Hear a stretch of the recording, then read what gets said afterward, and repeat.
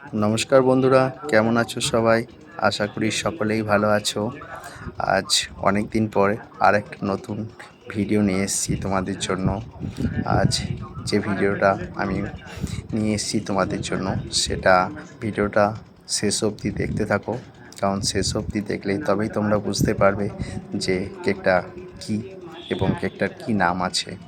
তো আজ যে কেকটা বানাতে যাচ্ছি সেটা হচ্ছে একটা হাফ পাউন্ডের কেক। এই হাফ পাউন্ডের কেকটা একটা চকো আলমন্ড ডিজাইন হবে। তো প্রথমে চকলেট স্পঞ্জ নিয়ে তারপর সেটাকে লেয়ার করে নেওয়া হচ্ছে। আর লেয়ারের মধ্যে এখানে ট্রফল ইউজ করেছি, এটার মধ্যে কোনো ক্রিম ইউজ করিনি লেয়ারে। আর তার সাথে ফিলিংয়ের মধ্যে আমি চকো আলমন্ড দিয়েছি, সেটা তোমরা দেখতেই পেয়েছো।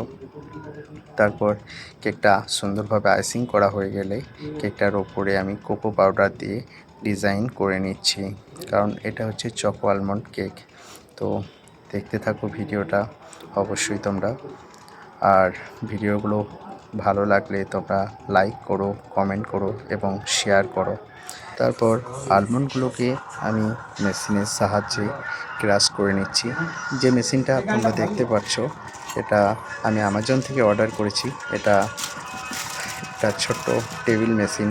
এটা যে কোনো ড্রাই ফ্রুট ক্রাশ করা হয়, তো খুবই ইজি। তারপর এগুলোকে আমি চকলেটের যে কেকটা বানিয়েছি তার সাইডে লাগিয়ে দিচ্ছি, যাতে ডেকোরেশনটা খুবই ভালো লাগে।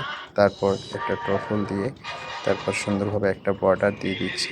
বর্ডার দেওয়া হয়ে গেলে তারপর আলমন্ড দিয়ে এটাকে ডেকোরেশন করে নেওয়া হচ্ছে। তো ডেকোরেশন করা হয়ে গেলে তারপর কিছু চকলেট দিয়েও আমি গার্নিশিং করে নিচ্ছি। তো কেমন লাগলো ভিডিওটা অবশ্যই তোমরা জানাবে। আর ভিডিওগুলো ভালো লাগলে তোমরা কমেন্ট করবে এবং শেয়ার করবে। আর তো দেখা হবে আবার অন্য কোনো ভিডিওতে। ততক্ষণ টাটা, বাই বাই।